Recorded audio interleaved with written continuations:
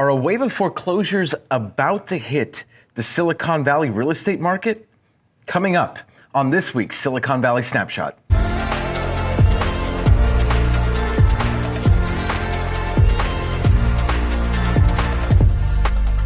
This is Danny Gould with the Selling Silicon Valley Group. Welcome everyone to another Silicon Valley Market Snapshot for the third week here in January of 2021. 2021, crazy, we're here.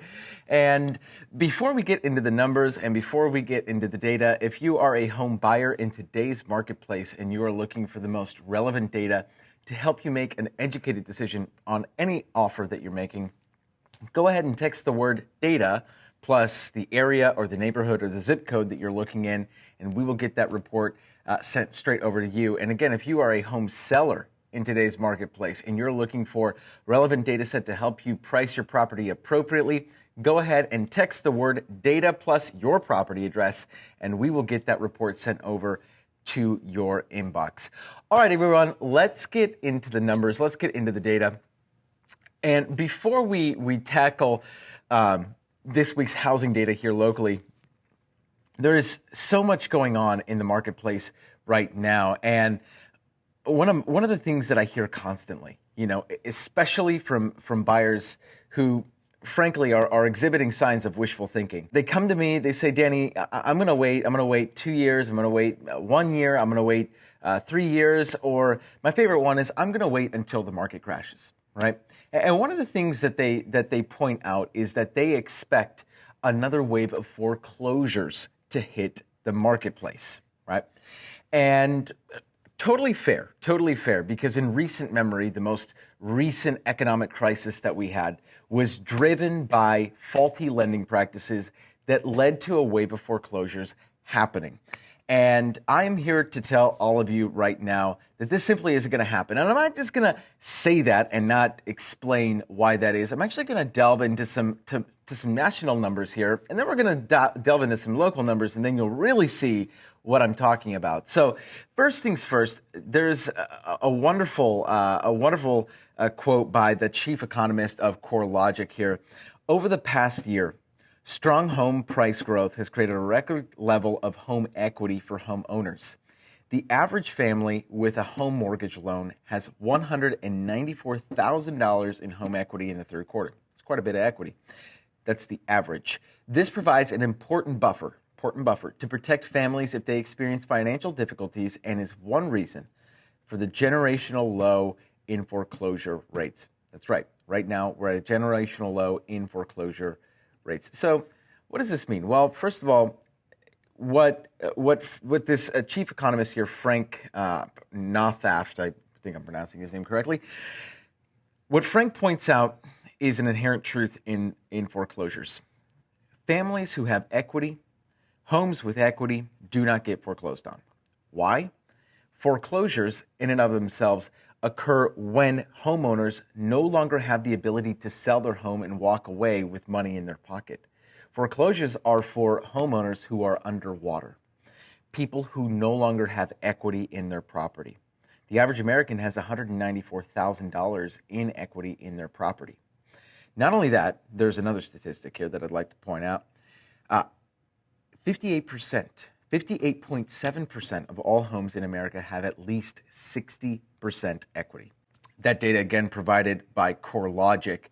When we look at these numbers, it starts to paint a picture a little bit better, right? Because if you're just sitting on the sidelines, you don't really understand the marketplace. It's very easy to start to come up with these, honestly, stories in your head, right? And you're thinking, okay, well, what we experienced in 2008, 2009, it's bound to happen again, right? And I'm not here to say that it's never going to happen. I'm not here to say that. But I'm simply here to assess the facts and give all of you the facts and come up with reasonable conclusions based on the facts that we have provided to us right now. And really, when you're looking at this data, there is nothing to suggest that homeowners' equity will run dry, right? That all of that equity that exists in the marketplace will no longer exist. And look, if you're going to get nerdy on me, you're going to talk about fiat currency and the crypto and how, the US government is I'm not qualified enough, frankly, to go that far in depth into, what any sort of, government issues or government policies or anything could do to our currency and dilute the dollar and create massive amounts of foreclosures, et cetera. I'm not qualified enough to talk about that. I'm only qualified enough to talk about the facts that we currently have in our hand when it comes to the real estate market nationally and when it comes to the real estate market locally. And the great news for you is if you're a homeowner here in Silicon Valley, the vast majority of homeowners here in Silicon Valley have excessive amounts of equity in their property, far surpassing that $194,000 mark, right? And not only that, but the market continues to appreciate. Homes continue to build equity month over month and year over year. Let's delve into the numbers.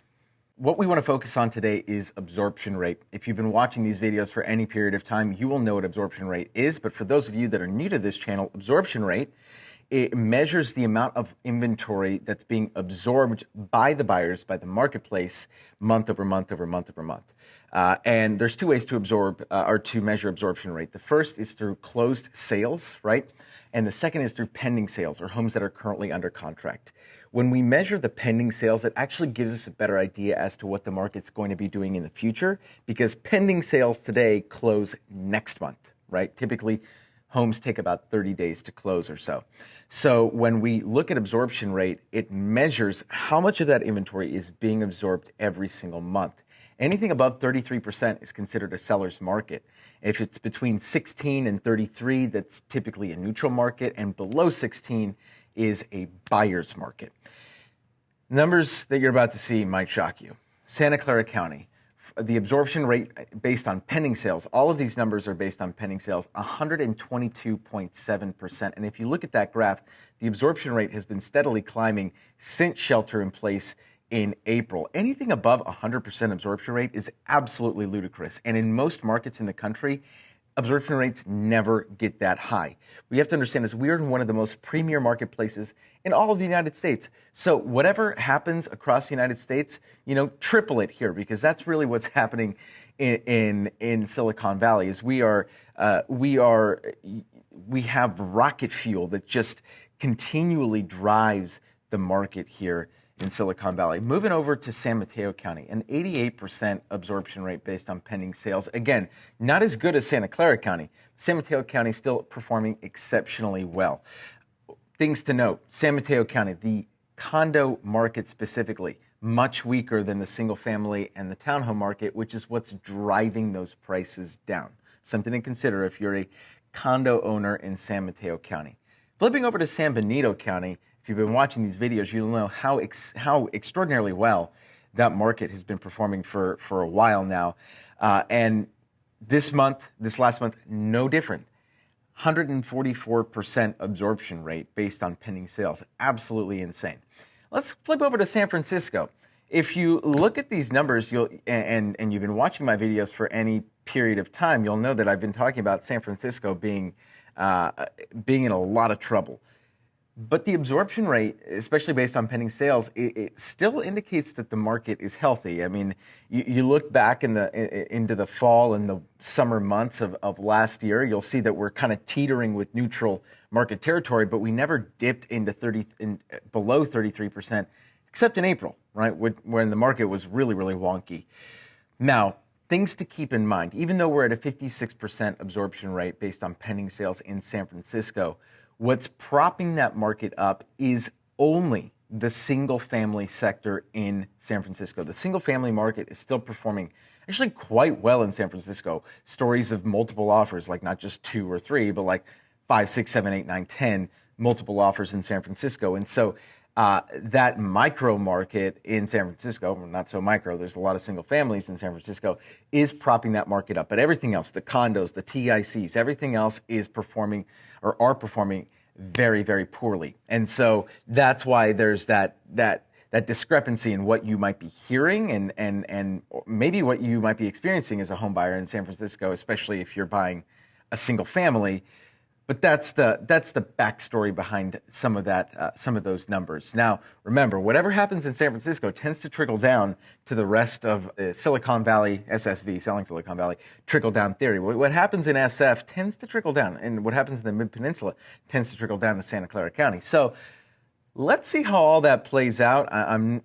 Again, what's impacting San Francisco the most is work from home, and the fact that there are so many workers in San Francisco that are no longer in the city.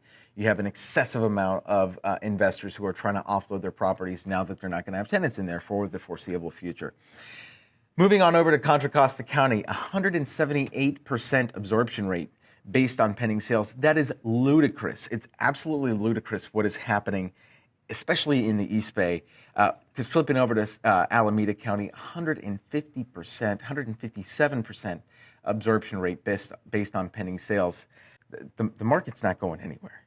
These numbers are indicative of an incredibly healthy, incredibly strong seller's market. And yes, there will come a time, probably this year, where the market neutralizes a little bit, where we get an increase in inventory, where we start to see sales dip a little bit. It's common. There's ebbs and flows in the market all the time.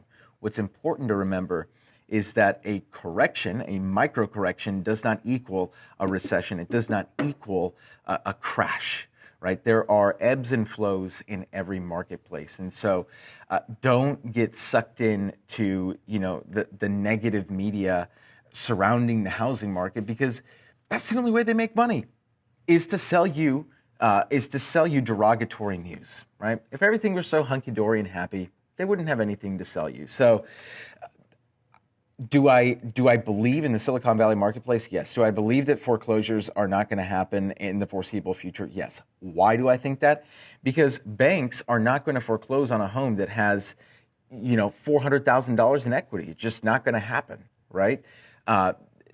That is not a possibility. If homeowners need to sell their homes because they no longer can afford them, they're going to sell them. They're going to sell them for record prices. And after that, they're going to walk away with a nice check instead of getting foreclosed on, right? There's a big difference there, everyone. Because foreclosures, yes, it's a forcible sale. Sure, homeowners that can no longer afford their home, they might be forced to sell their home, but they're not going to be forced to sell it by the bank.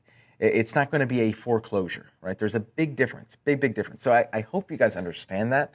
And if you don't, please leave a comment down below. I'd love to engage with you and help you understand. That's all we have for today, everyone. If you're a home buyer, again, and you're looking to get a little bit more insight as to what's going on in the marketplace today, go ahead and text the word buyer guide for Selling Silicon Valley's exclusive guide to buying a home here in Silicon Valley. And if you are a home seller in today's marketplace and you're looking for the tips, tricks, and strategies to help you sell your home for the most amount of money in the least amount of time, go ahead and text the word seller guide to the number down below. This is Danny Gould, everyone, with the Selling Silicon Valley Group. I will catch all of you in the next video.